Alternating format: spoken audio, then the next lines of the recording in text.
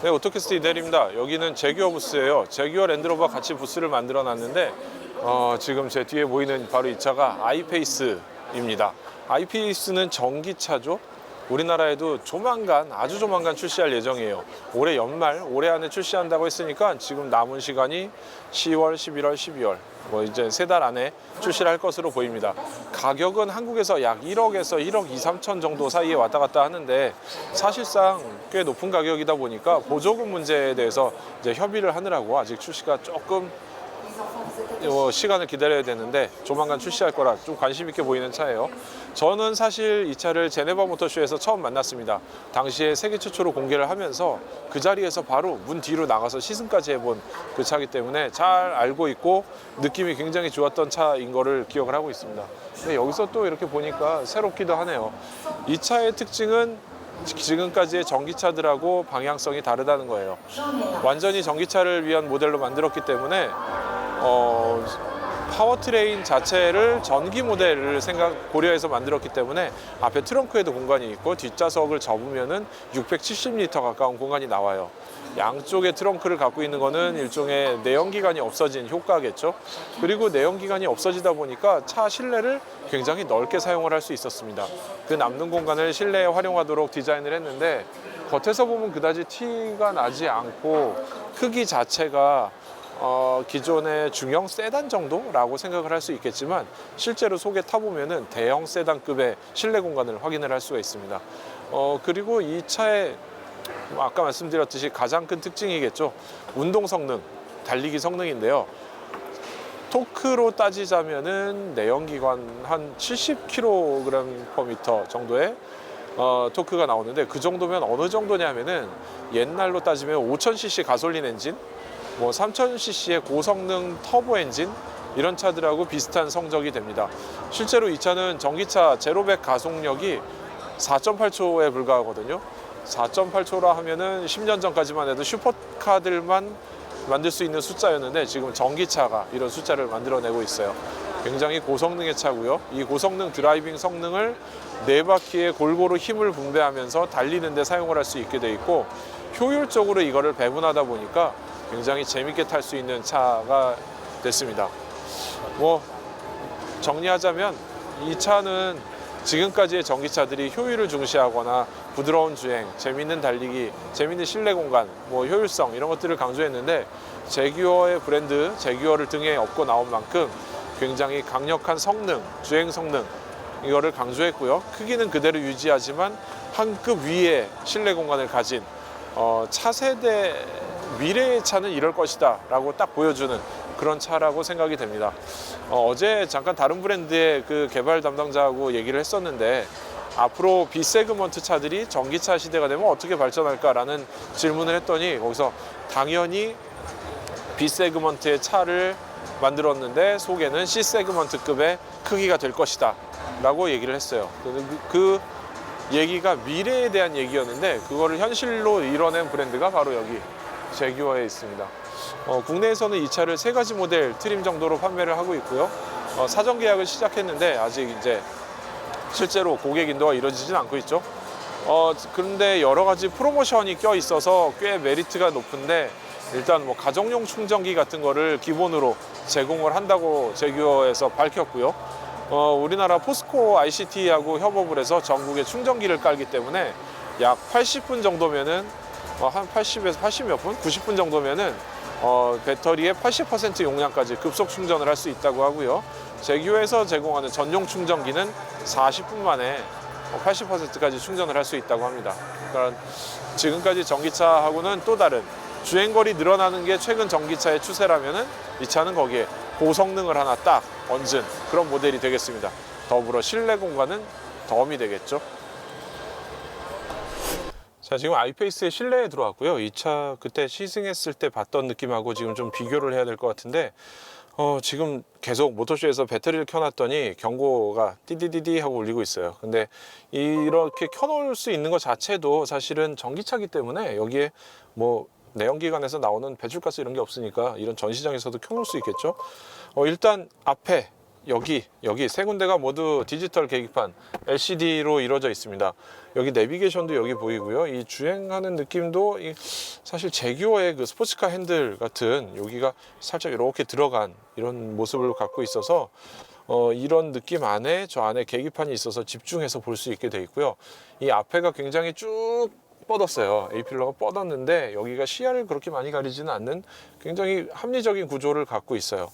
그리고 시트 포지션도 매우 좋고요. 지금 제가 앉은 자세에서 이렇게 딱 타고 있으면은 이거는 마치 스포츠카를 타고 있는 그런 느낌, 굉장히 중앙으로 집중되는 느낌을 가질 수 있습니다.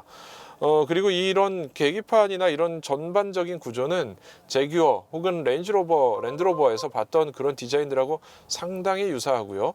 좀 벨라 같은 데에서는 요거를 아주 세련되게 까맣게 구조를 가져가고 있는데 요거는 그거보다는 조금 더 다른 느낌이긴 합니다. 전반적으로 폭은 그렇게 넓지 않지만 앞뒤 간격이 굉장히 여유가 있어서 사람이 여기 앉아 있을 때 이 차가 그렇게 좁구나 답답하구나 하는 느낌은 전혀 받을 수가 없고요.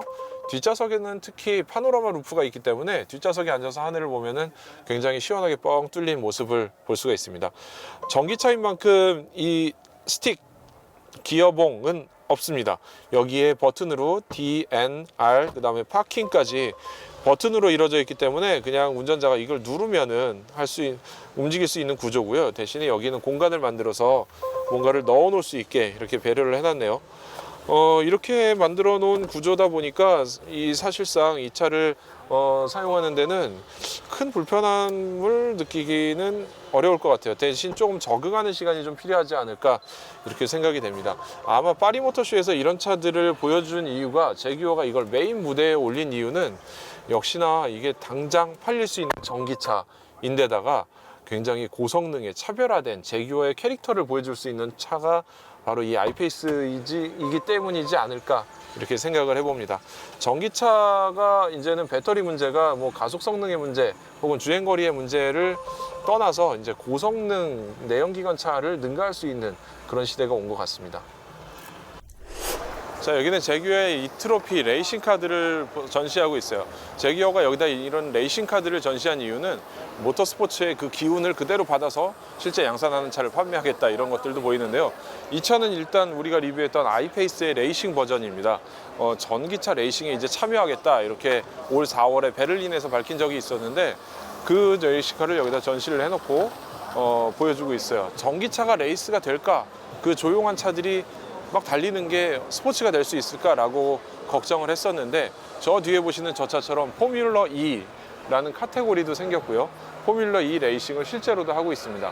아마 올해 5번째 시즌이던가 뭐 어떻게 하는 것 같은데 해외에서 그 포뮬러 F1처럼 여러 나라를 돌아다니면서 하고 있고 이곳 파리에서도 이 포뮬러 경기가 열리기도 합니다.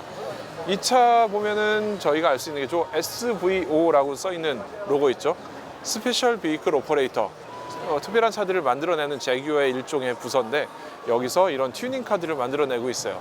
이렇게 튜닝해서 멋있는 차를 잘 달리는 차를 만들어서 경기에 내보내고 거기서 승리하고 우승한 그 기분을 가지고 그 느낌을 가지고 양산차에 불어넣어서 이 양산차가 더 멋있고 잘 달릴 수 있다라는 이런 느낌을 소비자들이 갖게 하는 거 유럽 자동차 브랜드에서 굉장히 중요한 그 중에 한 가지가 될 거고요.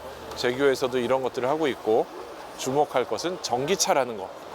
그래서 모두 다 전기로 만들어서 레이싱, 스포츠를 하고 있다는 거를 굉장히 주목해야 될 것 같습니다. 뭐 전체적으로 보면은 우리나라에서 볼 수 있던 차들, 특히 지난 부산 모터쇼에서 봤던 차들이 많이 있긴 합니다. 아이페이스, 뭐 저런 트로피, 이 트로피 같은 차들 그랬고요. XE는 우리나라 길에서도 많이 다니고 있죠.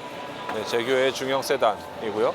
그 뒤에는 XF인데 외건이에요. 이거는 우리나라에서 볼 수 없는 차죠. 이 뒤에가 세단과 다르게 이렇게 외건 형태로 생겨서 유럽 시장에서 많이 팔리는 외건 모델입니다. 이 시장에서 외건 모델은 굉장히 중요한 차종이기 때문에 실제로 많이 팔리기도 하고 사람들이 굉장히 관심 있어 하는 모델이기도 하죠. 전반적으로 부스를 이렇게 쭉 둘러보면은 여기에는 제규어의 E-페이스, 올 4월에 출시한 중형 컴팩트 세단이죠. 컴팩트 세단 E-페이스가 있고요. 그 뒤에는 이제 제규어 브랜드를 체험할 수 있는 전시 공간들을 만들어 놨습니다. 일종의 여기 최근 파리 모터쇼의 트렌드가 가상현실하고 연결한 혹은 동작 인식 이런 것들이 주를 이루고 있는데, 여기에는 제규어의 상징 같은 저 제규어, 그러니까 동물 제규어를 이 그래픽에서 나오게 해놨고요. 그 그래픽을 사람이 여기서 손으로 조정을 하면서 이렇게 서로 제규어하고 공감할 수 있는 그런 공간들을 만들어 놨어요.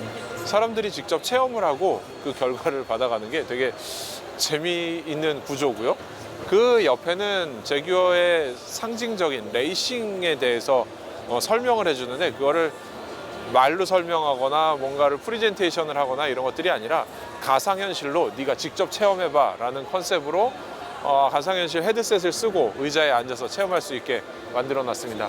살짝 들어간 껌껌한 부스 같은데 안에서 하도록 구성을 해놨고요. 그 옆에는 제규어의 모터스포츠를 보여주는 E-트로피 모델들을 딱 전시를 해놨어요. 한 가지 어제하고 조금 차이가, 지금 프레스데이 둘째 날인데 첫째 날과 차이가 있다면은 제규어의 XJ가 50주년이던가 그렇거든요. 올해가 50주년이 되는 해고 제규어 XJ 모델이 그 정도로 역사가 있는 모델이라서 이거를 축하하는 그런 상징적인 기념비적인 모델을 전시를 했었는데, 오늘 둘째 날 오니까 없어졌어요. 일반 공개에선 공개하지 않는 것 같아요. 그런 것들을 보면은 제규어가 지금 헤리티지에 대한 얘기를 넣었다가 모터스포츠에 대한 얘기를 넣었고, 지금 팔고 있는 전기차에 대한 얘기를 하면서 이 파리 모터쇼 부스를 꾸며놓은 것을 볼 수 있습니다. 전반적으로 파리 모터쇼는 부스를 그렇게 크게 가져가지 않는 추세였지만, 이 제규어만큼은 다른 브랜드들과 다르게 아주 적당한 공간을 만들고 있어요. 지금 제 뒤에서 박수 소리가 막 들리는데 제규어가 나왔는데 부르는 거겠죠? 강아지처럼, 고양이처럼 부르는데 저런 체험을 하면서 제규어에 대해서 친근함을 갖게 하도록 하는 것 같네요. 자, 제규어 부스 이 정도 둘러봤고요. 전반적으로는 제규어 랜드로버 부스 중에 파리 모터쇼가 전반적인 부스가 좀 작아진 분위기가 있었는데, 여기는 그대로 유지를 하면서 제규어는 이런 것이다. 그리고 당장 이런 거를 사면은 아주 멋있을 거야. 그리고 우리 차들은 이렇게 잘 달려 라는 것을 강조를 하는데, 전기차를 만들었는데 전기차를 그다지 티나게 막 전기차 이렇게 꾸며놓지 않고, 우리는 이런 차를 워낙에 자연스럽게 잘 만들고 다른 제규어들처럼 진짜로 잘 달려, 이런 거를 보여주고 있는 것 같네요. 지금까지 파리 모터쇼 제규어 부스에서 오토캐스트 이다일입니다.